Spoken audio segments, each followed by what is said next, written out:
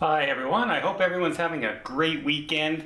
Today I want to talk about the Caribbean Princess and the mechanical problems with her engines.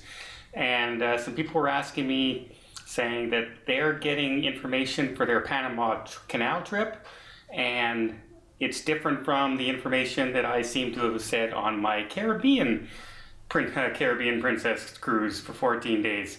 And then I also want to quickly talk about something that some of the cruise lines have started doing in their advertising, and I want to give you a heads up on that because it can make it seem like you're getting a better deal than you actually are. So let's talk about those things right after this.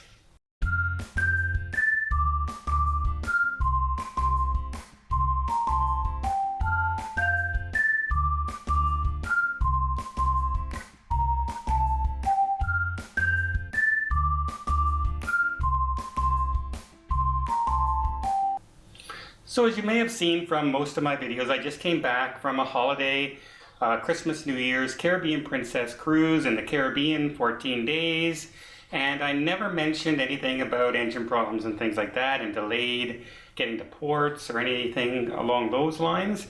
And some people are saying that they're getting notices from Princess Cruises who've booked a Panama Canal cruise saying, oh, because of some slight difficulties with our engines, we might not be doing this port, or we're going to be later getting to this port than was on our itinerary, and things like that. And people are wondering what's the difference. Well, here's the difference in a nutshell. The Panama Canal is basically an industrial zone, if you know what I mean. You have to wait for other ships to go through the docks and the locks, and you have to, you can't pick up speed going through the locks. It's going to take you a certain amount of time to get through those docks and through the locks to the next section where you can open up some speed and get to your next port. And because of that, some cruise ships, if you have any kind of difficulty with your engines at all, and right now Caribbean Princess has difficulty, she can normally go around 80% of her normal max speed if she had to. So if you're out in the Caribbean and you've got 200 miles to go to your next port for the morning, and you normally would need to sail, if you were leaving and you were behind for any reason, well, you can make up that distance because nobody sets their itinerary to have to go max speed to get to the port on time the next day. So if you normally go at 15 and you have some engine, late leaving, they would go at 16 knots or 17 knots and make up the time.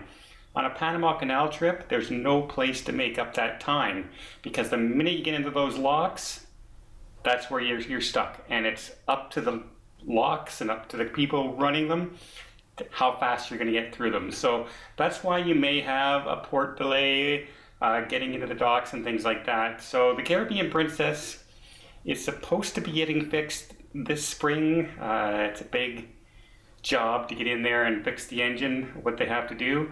There's no danger of the engine breaking down or anything like that. It's just not as efficient, so they can't run it at full capacity. So that's what's going on with the Caribbean Princess.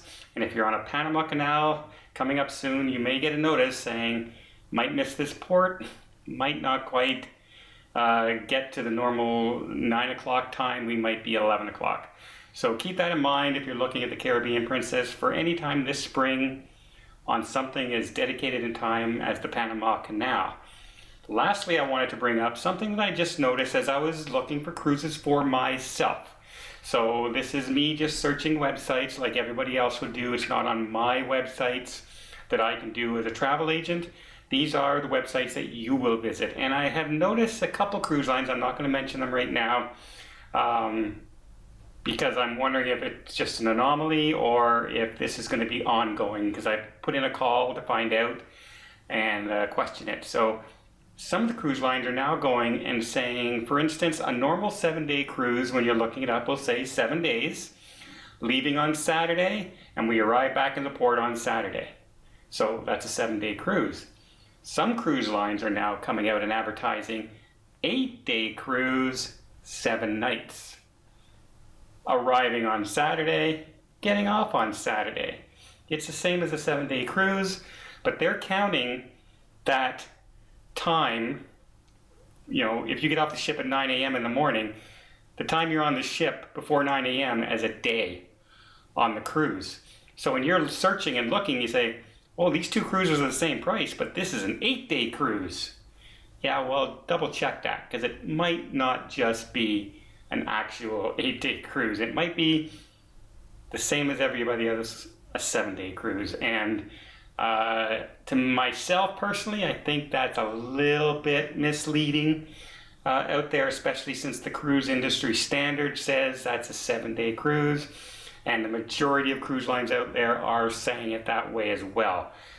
And so when I see this on a cruise line, to me, it sounds like they're trying to hustle me.